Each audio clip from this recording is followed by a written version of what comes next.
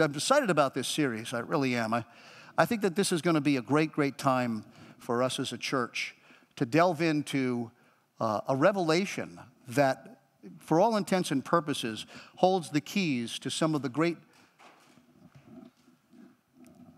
truths, if you will. I will say that. That's exactly what they are. Of how it is that we live in community with one another and how we live in communion with God. It's a beautiful, beautiful description of what it looks like to walk in the light as He is in the light. So that's why we're calling this series Walking in the Light. And we're going to go today to 1 John chapter 1, and we're going to look at verses 5 and 6 only today. And with special emphasis on verse 5. So open in your Bibles with me, and I want to read this to you. This is the message, John says. We have heard from Him and declare to you. God is light. Say that with me. God is light. In Him, there is no darkness at all. If we claim to have fellowship with Him and yet walk in darkness, or walk in the darkness, as the NIV says, we lie and do not live out the truth. So, Father, we thank you today for the great import of what is being read and what is being unpacked here from this scripture. Because we have here, Lord, the very central core of what it means to live with you and in fellowship with you and in fellowship with brothers and sisters. And I believe that this is seed for everywhere we're going throughout this series. And so I pray, God, for clarity. I pray, Lord, that we would not be distracted, Father, in our thoughts. Lord, that you would hold our attention by the power of your Holy Spirit and not by the power of any human rhetoric or human rhetorical device, but simply because the word is sufficient to hold us and rivet us and change us and powerfully do things in our lives that we could never do ourselves. And so, Father, as I stand here today as your ambassador, as the one who stands in the gap, the one who has come to deliver the message, I thank you and humbly accept, Father, the honor and the privilege of doing so. And I pray for your help with every word and with every illustration, with every prayer and with every soul here this morning. I pray, God, that you be glorified in Christ's name. And everyone said, Amen. Now, the metaphor of light is light being illumination, is not only seen in Christianity. Just about every religion of the world has some aspect, some illustration, some metaphor related to the light as they understand it. And then, of course, in contrast to that, we have darkness. Light is always contrasted with darkness when it's talked about in spiritual, theological, or religious terms. And the same is true, of course, here with Christianity. There's a vast difference, obviously, in how we understand light and illumination as it pertains to God, who is light. And that's our purpose today, to look at this and to find for ourselves, I pray, something that will just do a work in us to the point where we leave here today knowing that we know that God had a message for you and for me and for each one of us individual, not just for someone else or the guy sitting next to us. But this is light for all of us because God is light and there is no hiding from Him. You can't hide a thing from Him. So the Bible uses the metaphor of light in the same way, primarily in contrast to darkness.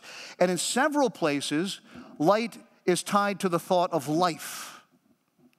You know, I think of the scripture in 1 John, or John, I should say, 1, 4, and 5, where it says, in Him, meaning Jesus, was life, and that life was the light of mankind. So it has to do with our being. It has to do with something, that part of us that knows that we know and makes us special to ourselves. The life that we have been given by God, but yet greater than that, the life that He imparts to us because of imputed righteousness that we've been talking about. He became the light of men. Why? Because in Him was life. And life is intricately tied with light in biblical terms. When you have life, you have light.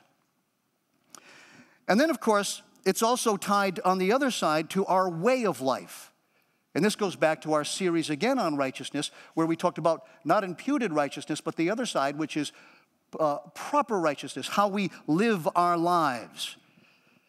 And he says here in him, or Psalm 119, 105, talks about this is our doing, our way of life. He says, God, your word is a lamp for my feet.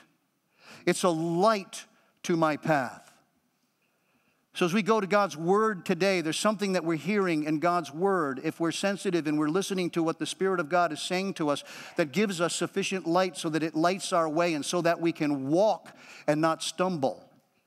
Because when the light is turned off, we don't know where we're going, do we? You ever try to find your way around in a dark room? Now, if you're familiar with the room, it might be fairly easy. But you ever, wake up someplace where don't normally sleep, like a hotel or somebody else's house where you're staying over, and you wake up and it's dark, and you think you're walking someplace where you're familiar, and all of a sudden you hit something you can't see, you're bumbling all around. Why? Because light lights our path. It grants us the ability to take steps that are accurate and according to the terrain that exists, not one that we imagine, and we don't stumble. And 2 Peter 1:19 says, this relates now to the message, the light being in a message, and once again, requiring something from us, requiring that we pay attention. Listen to this. Peter says, we also have the prophetic message. He's a messenger. He's bringing something. As something, he says, completely reliable. And you will do well to pay attention to it, as to a light shining in a dark place, until the day dawns and the morning star rises in your heart. But right now, that day is coming, but right now, we need to pay careful attention to that message, to that word that is a lamp to our feet and is a light to our path. We must give careful attention to how it is that we walk, because that word is a light for our path, light for our feet, so that we don't stumble in darkness. Let's look at our text, which says, and by the way, this is the controlling insight for all of life in Christ, I believe. This is foundational to that effect. John says this is the message. In the same way that Peter had a prophetic message, John has a message. And he says, this is the message that we have heard. It came to us, and from him we heard this, and now we're delivering it, we're declaring it to you. And here's the message. Say it with me, 3 words.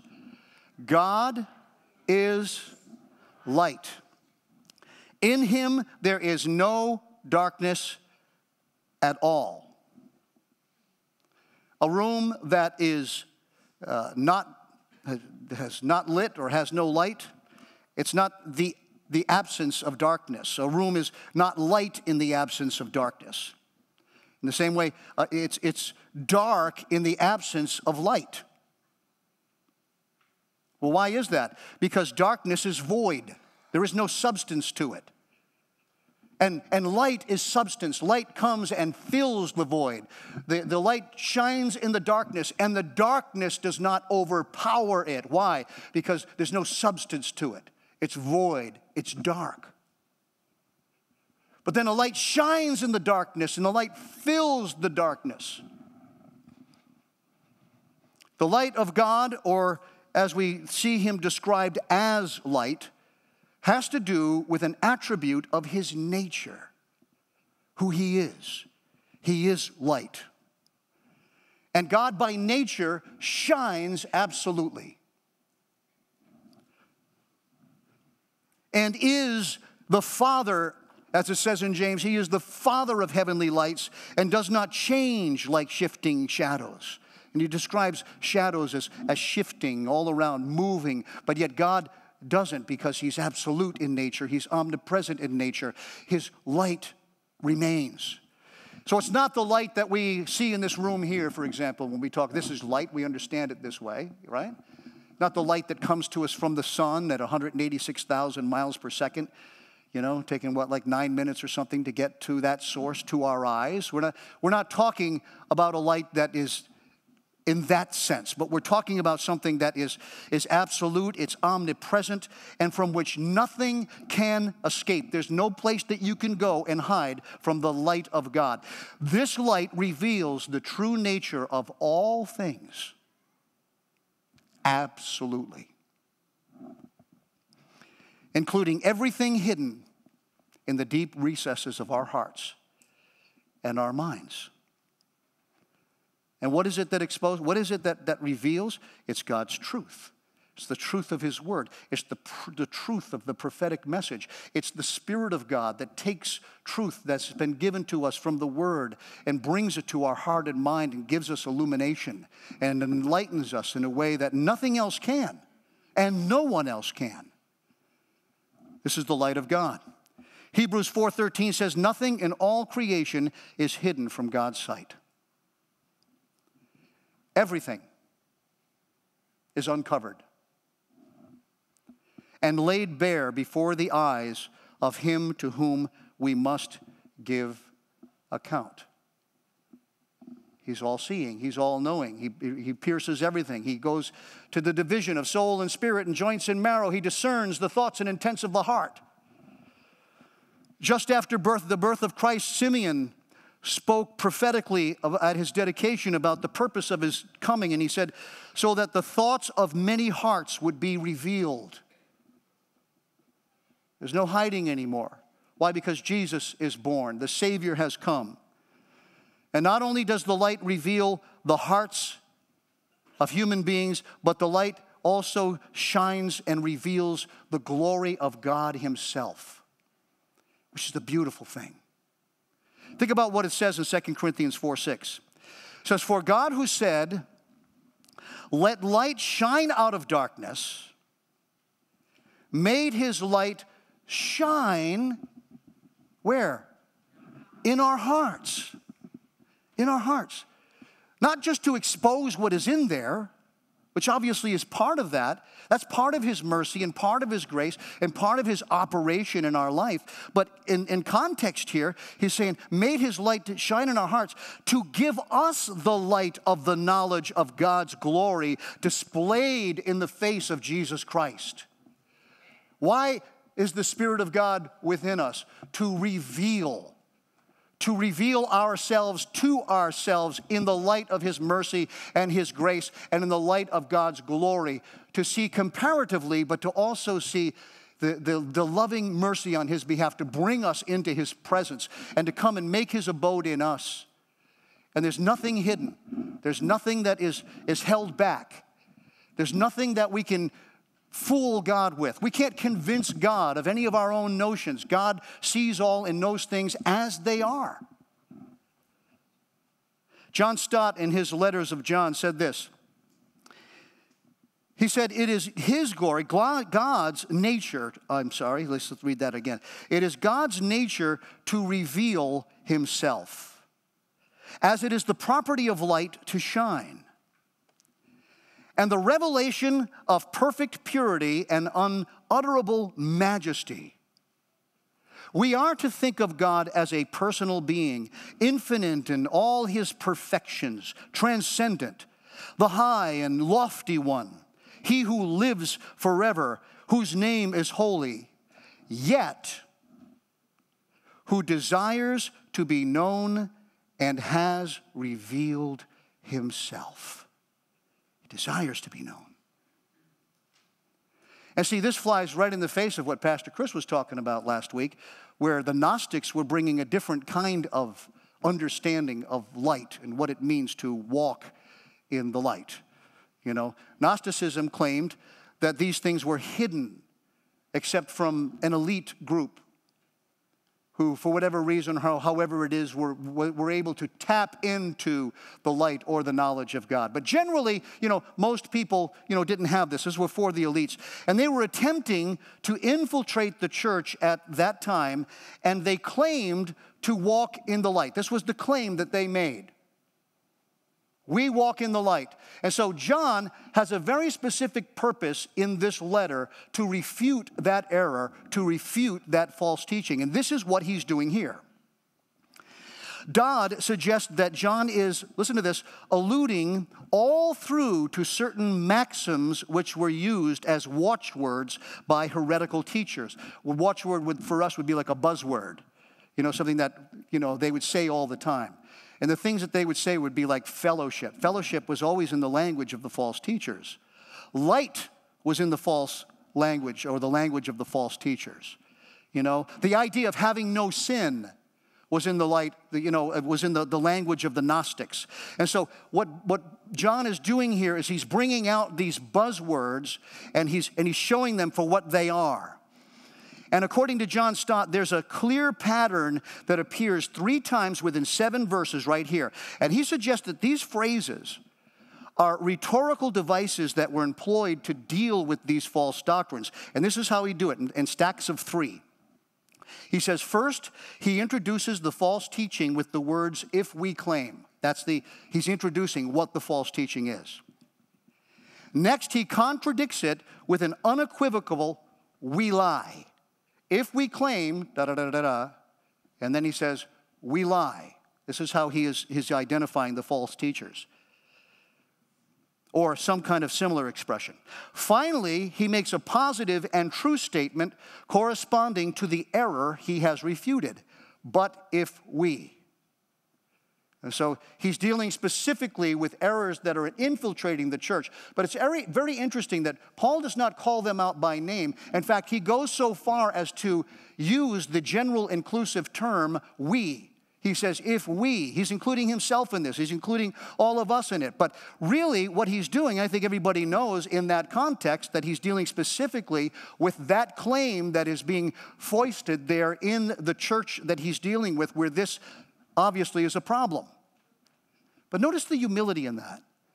Notice it goes back, what we were talking about in our series on spiritual maturity, the difference between they prayers and we prayers, or you or them. It's not an us against them. He's saying, listen, we need to embrace this as something we can be subject to and we can fall prey to. And he says, if we do this, we lie, but if we, and then he gives the truth, which is, I think is great. So John is exposing the error of the infiltrators for what it really is, darkness. And he does this by exalting the truth and proclaiming the truth of God and what the truth is. As John 1:9 says, the true light that gives light to everyone coming into the world. Stott continued, he said, the miserable errors of the heretics were due to their ignorance of God's ethical self-revelation as light. They could never have laid claim to a private, esoteric gnosis, esoteric meaning, singular, gnosis meaning knowledge, their own knowledge that's unique to them. They could never have laid claim to a private esoteric knowledge into which they had been initiated if their conception of God had been of one who is light, who is diffusive, shining forth and manifesting himself, in whom there is no darkness at all, no secrecy at all, no hiding in the shadows. God is not hiding in the shadows. He's not holding back. He has put himself forth from glory to glory. He shines. His light has been made to shine. The veil has been taken away. The glory shines from the heart of the Christian. This treasure that we have in earthen vessels is given freely, and there's nothing held back, nothing secret. Isn't that beautiful? And what is it? What is the light here? It's the truth. Why is it the truth? Because light reveals what is actual. Light reveals what is true, either negatively or falsely, as in the case of revealing what's false in the false teachers, or positively in revealing to us God and His glory and revealing to us the means by which we can draw closer to this glorious God. The truth is the light that sets our feet on the path. It's the lamp for our feet so that we walk in the way that pleases God. We walk in the light. We walk according to truth.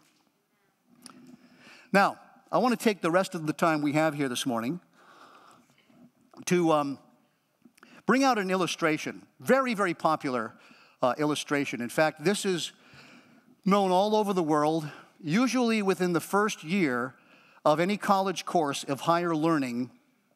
Somewhere along those lines, especially if you're a philosophy student or if you're a psychology student, you can be any student, really. And if you're going to college and you're going to learn and sit at the seats of those who would give or present a course of higher learning, you're going to hear this allegory. Very, very famous. It's 2,400 years old. And it's called Plato's Cave Allegory. Has anybody ever heard of that? Plato's Cave, it's really fascinating. So this was written 2,400 years ago. It was 400 years before Christ. So you can rest assured that Paul was even steeped in this. Paul knew this and was educated in this because it has been known and it has been passed on from generation to generation for 2,400 years. And of course, the Greek philosopher Plato wrote a book called The Republic.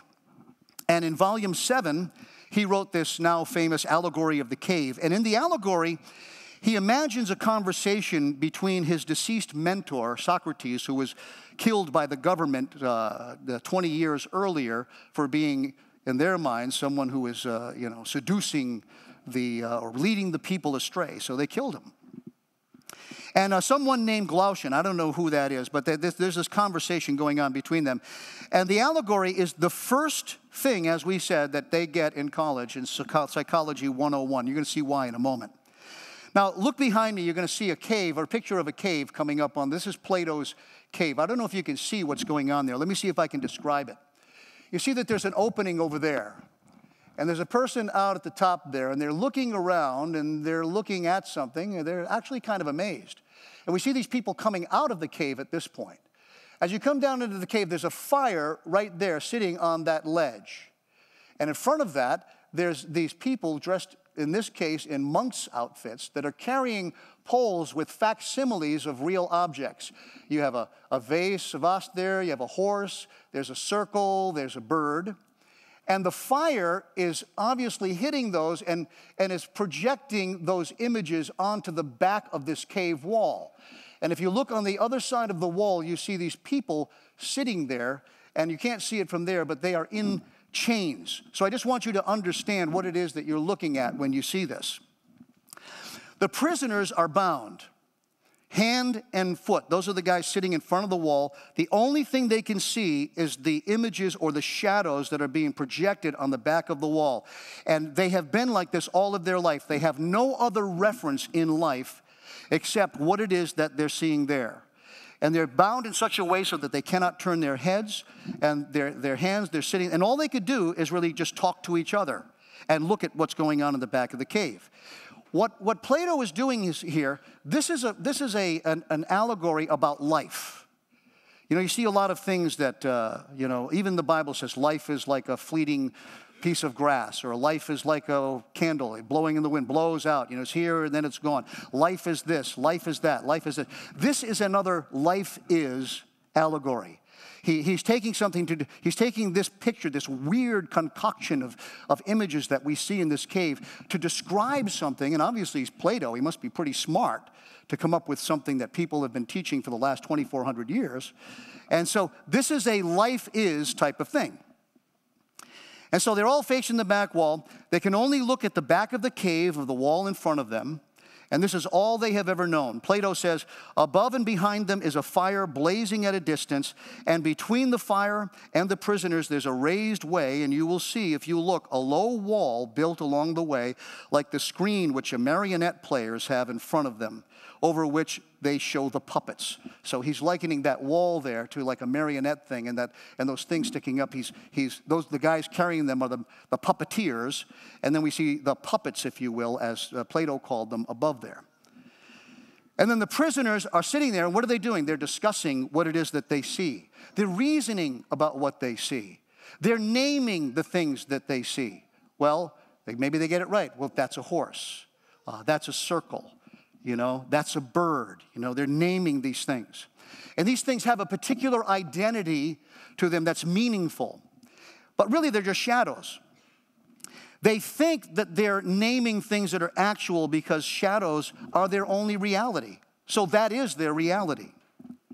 Plato said to them the truth would be literally nothing but the shadows of these images. That would be their truth. And then, of course, those who were passing by or spoke, those puppeteers, they might speak or make sounds in the background. And because the sounds were bouncing off the cave walls, they would think that the sounds might be coming from the shadows, said Plato.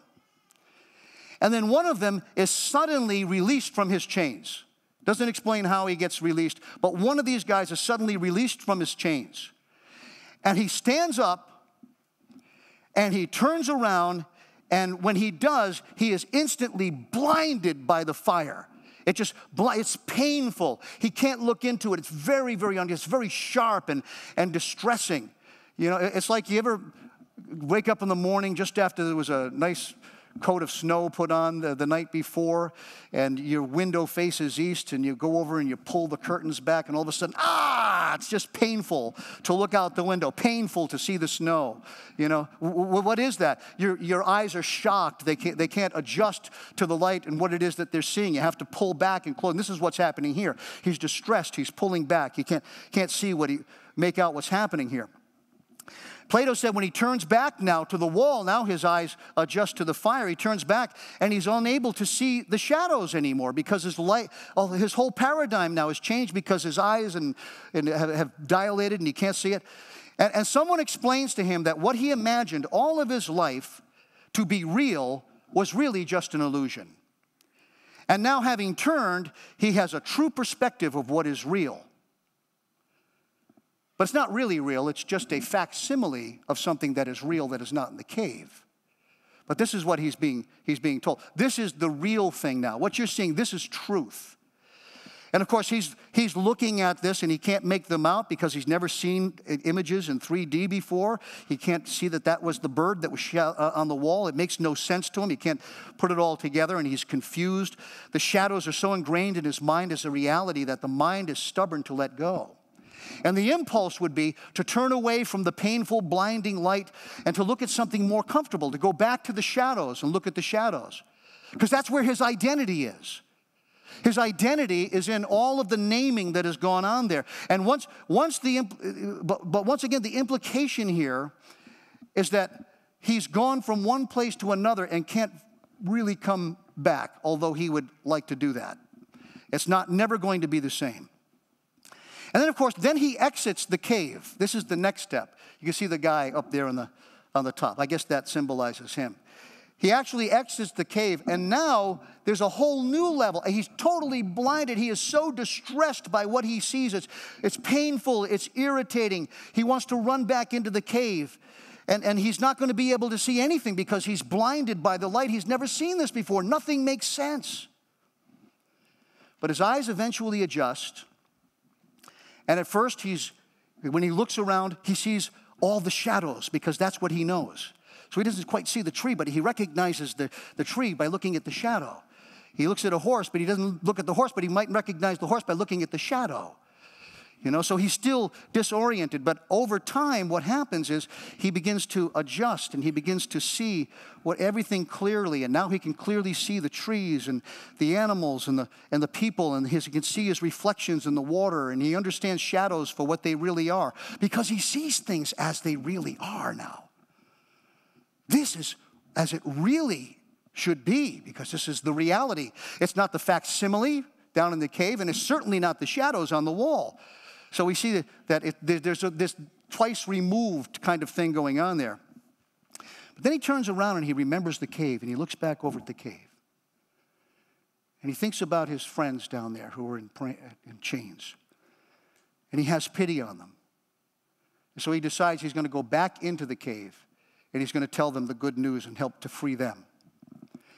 But he also remembers how proud they all were of their philosophies and their ability to name and these things and to make conclusions about what they saw when they looked at the shadows. And he knows it's not going to be easy to convince them, but he doesn't care at this point. They've got to be set free. So when he comes back into the cave, something happens that he didn't expect. Suddenly he's blinded by the darkness.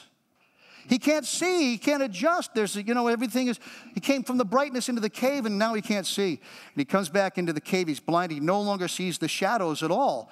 And they're trying to talk to him about the shadows, but he can't even see the shadows. So they're saying, well, you're stupid now. You went out of there, now you're blind, and now you're stupid. And Plato said, men would say of him that he went out and down and came out without eyes, that it was better not even to think of ascending. And if anyone tried to free another and lead him up to the light, let them only catch that offender, and they would put them to death. See, there's a hostility that they have now, even though they're being told the truth, so to speak. Alex Gendler said, people are not merely comfortable in their ignorance, they are hostile to anyone who would point it out. And that's what we see. Now here's the cave explained, as Plato would explain it, or as some college professors might explain it. Plato has a specific rhetorical purpose in the cave and allegory. And you get a clue from what that is from the name of the book, The Republic. And we'll talk about that a little bit. But what do you think the sun outside of the cave in his allegory represents? Just one or two words. Shout out some things. Yeah, it represents the light, obviously. Yeah. Actually, in Plato's version, it doesn't at all. And that's what we're going to find out. I'm asking you, what would you think, if you were to be in Plato's shoes, writing a book called The Republic, what would the light outside the cave represent? Enlightenment, obviously. Truth as he perceives it. Truth is being the first principle of reality. Now, who are the prisoners? We are, right. Now, he's suggesting that we are the prisoners. And if being in the cave or being out of the cave is to be exposed to the truth, what does the cave represent? Ignorance, exactly. Darkness. So we have light, we have darkness, we have illumination, we have ignorance. Why are we chained in the cave? What's the purpose of that? Well, I'll answer that for you. It's to be indoctrinated by the puppeteers. That's what's going on here. The puppeteers have control. And who are the puppeteers? For time's sake, I will answer that. But we could have a little fun with that. What would you think? Shout one out. Who are the puppeteers? Well, not in this case, because in his analogy, we are actually the ones who are in chains. So who would the puppeteers be in that context? Yes, the power brokers, the power people, the people who put into us, the people who teach us. And in this case, it's specifically those people in your formative years as you are growing, and all of the things that you learn. And I was looking online. I found a college professor actually teaching this on YouTube, and I just thought, hey, let me listen and see what he says on this. And the puppeteers, they're the controllers. They're the ones who are holding up the facsimile of real things, and they're doing it intentionally for the purpose of controlling the perceptions of others. Now, they might be really sincere in this. Nothing is suggesting that they're not sincere, or they could be insincere. But the way this college professor talked about it or explained it, he goes, these are your parents. They could be your teachers, he said. It's another one. The media. The media is always putting up images and things for us to see, controlling how it is, wanting to control how it is that we perceive their products and how we perceive the world. The news media, all of these things, Another thing came up, clergy, your churches. That's another thing that came up in the discussion here. No. Where's the other one? Oh, government was another one. It could be anyone. It could be anything. And in our case here, it's the false teachers or the Gnostics. We can see that they're holding up something that is a facsimile of something real, but is actually a shadow and actually is totally wrong, because it's not really light that they're putting forth as light. It's not really fellowship that they're putting forth as fellowship. Now, to the prisoners, what are the shadows on the wall? Their identity. That's their reality. That's their identity. Our worldview is formed by our identity, and that comes from repeated exposure to the things in our environment. Things that have names. Names is very important. In fact, it's said that the very first level of knowledge is knowing what the name is of something. You want to know the name of it, first of all, before you learn anything else about it. And that's what anchors us in our identity. You know, you think about in Christianity, we were talking about this morning, the name of Jesus. How important, how powerful is the name of Jesus? To name the name of Jesus, to know God's name. And then think of what it means to us to know that He knows our name. He knows my name, just like Tommy Walker wrote in that song. Why is that so powerful? Because it has to do with identity that's in our core. And the only identity that they had was in those shadows. So they're clinging to them very tightly. The contrast, of course, is formed between two spaces. The light outside the cave and then the darkness at the bottom of the cave. Or as Plato is specifically employing in the allegory, this is what he's saying. He's not saying that's the truth of God necessarily.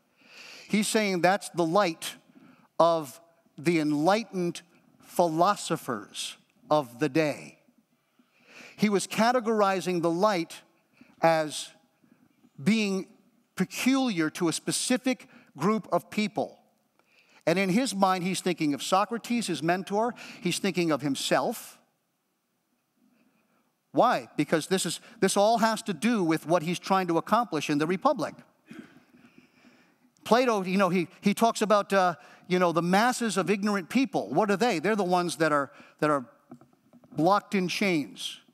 And what do they need? They need people with high education, high learning. They need philosopher kings. This is what he suggested. Do away with the Republic. Do away with voting, because most of these people, they don't know they're living in darkness. They're blinded. They should have no right to vote. He says, leading should be done by those who are enlightened to do so. Those who have high education, intellect. That's what Plato was bringing forth, which in my mind was nothing exactly like the Gnostics.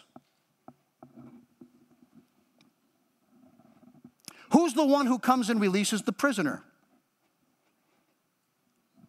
And the way the allegory is taught in classrooms in higher learning, which is why every student gets a full dose of it in higher education, they suggest... I moved ahead in the allegory explained by the college professor, and he got to the end, and he said, who is this guy? He said, those are your college professors. He actually said that. They're here to enlighten you and to release you from the chains of what you got in your churches and what you got from your parents and what you got from all of the influences that came before that have led you into darkness, and you don't even realize that you're in chains. You hold on to it tightly. You're not going to want to let go. We're going to force you out of that chair. We're going to force you to look into that fire, and you're not going to like it. Everything within you is going to want to go back to your own ways. But by the time you're done with this education, the work's going to be done. We'll free you from those old paradigms. Now, he didn't say that specifically, but I think that in effect is how this is taught. And what happens when you send your kids away to college, a lot of times these are the attitudes that they're getting. Maybe well-meaning professors. Certainly not all of them hold to this. I would not suggest that either. And maybe many don't even teach this allegory in that light. But it is far more prevalent than you think. Now, here's the conclusion on this. If man concludes, is this too heady for you guys this morning? All right, raise your hand if you're with me on this. All right, good. So keep listening here. This is good. If man concludes, and I enjoy this kind of stuff, so. If man concludes that certain ones among themselves are the only standards or arbiters, rightful arbiters of truth, which Plato was really putting forth. He said it was necessary for the philosopher kings to make all the decisions for everyone else and to take people's voting rights away because they're too stupid to see what is true. Whether that's right or not, I'll let you decide. But if there's any group of men or anyone who thinks that they have a claim to be the arbiter of truth and the light to a darkened world, claiming to walk in the light, Jesus, I believe, would say to them, how great is that darkness that you call light? In Plato's application, the scope of truth and lies is no bigger than himself. He is the light outside of the cave. The truth is out there, but he comes out. He is the one who understands and sees correctly. He considered the philosophers as the ones outside of the cave by virtue of their education. And he's very, very plain about that. And it's only for elites. And they're just like the Gnostics, which was the same thing, special knowledge. So this is a political allegory. But you know something? It's also a very powerful allegory if you understand it. And we, as we're watching it and listening to, automatically people say, what is the light outside of the cave? It's God, right? Right about that. That wasn't what Plato said. But when we understand, when we look at this the way, in the larger sense, the full scope of what is being brought out here by the light that we walk in and that we live in, it's incredible. Look at this. When applied politically, in my opinion, the highest it can ever ascend is to the level of the puppeteers. And so we have a lot of people outside of the cave who are thinking they're outside of the cave who are actually the puppeteers. And by the way, that might be true in churches too. Just because we proclaim the truth doesn't always mean that we're proclaiming the truth as it is revealed by God. We need to make sure that's why we stick to the Word of God. We don't get off into all kinds of notions and stuff, but the Word of God is what shows us the true light that has come into the world. The light that blasts away all of the darkness. The light from which we can't escape. The light that opens our eyes, and when we adjust to it, and as He gives us an entire lifetime to grow and to learn and to be sanctified and to learn how to walk in the light and to rightly identify the things of our past that we thought were real but were just mere shadows by comparison. Everything we have learned, everything in this life, whether good or bad, if it's unsanctified by the presence of the Spirit and the Word of God, it is going to be a mere facsimile or shadow of the reality. Which is why I believe the only true knowledge is spiritual knowledge as it is freely given by God through Jesus Christ, as He shines forth the glory of God through the message of the gospel. It's not for elites. It's not just for the Gnostics. It's not for people who would try and lay claim to it through any special thing that they have within themselves or special right they have to control others by virtue of their own greatness.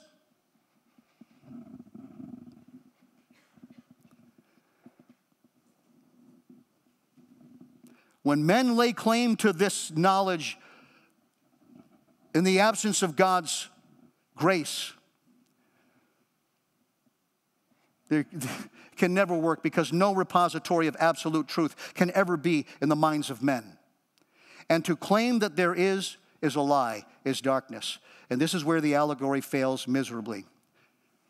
The only way the allegory can rightly be applied is when truth or light is viewed as something absolute, something outside, something that transcends any claim to know and live it absolutely by men.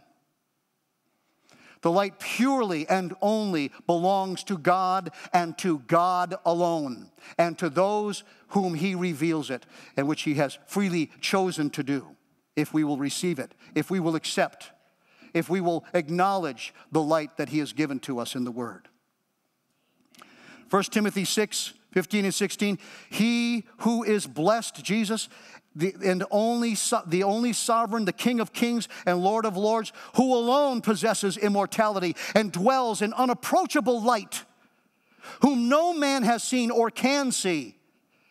And he's talking about seeing on your own, achieving it through intellectual prowess or through your own studies or any of these other things. Why? Because the light, as the light exists, is unapproachable by sinful man. We cannot see it on our own. We cannot know it on our own. To him be honor and glory and eternal dominion. Amen, he says. And this would mean that the agent or the messenger that comes to release the prisoner is only a tool that is employed by someone greater than mere men.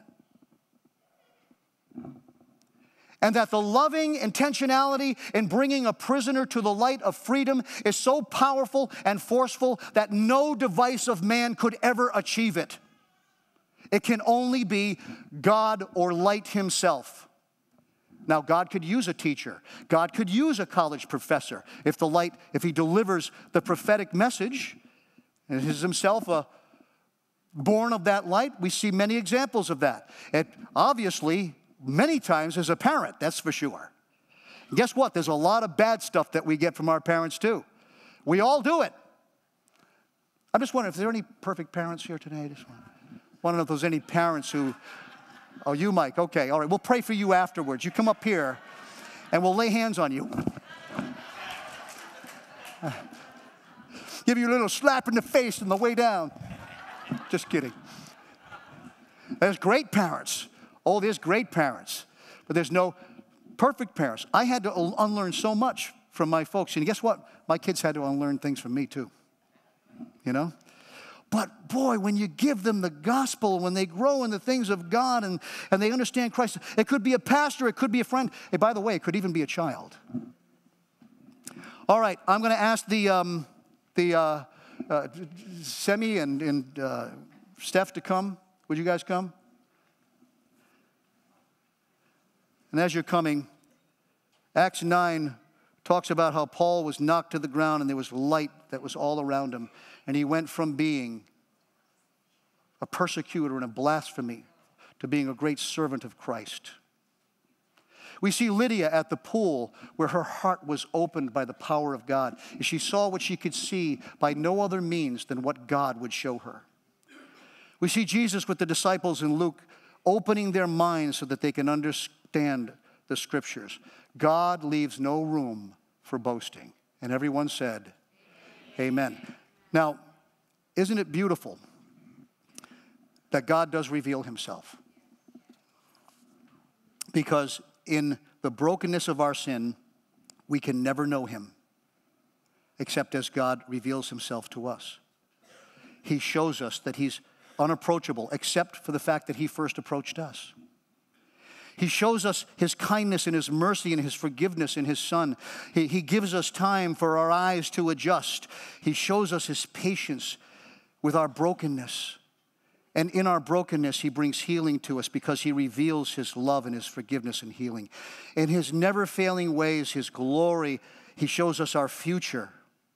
Because the light that shines in the darkness, darkness never overcomes because God is light. I want you to listen to the words of this song as we prepare to close.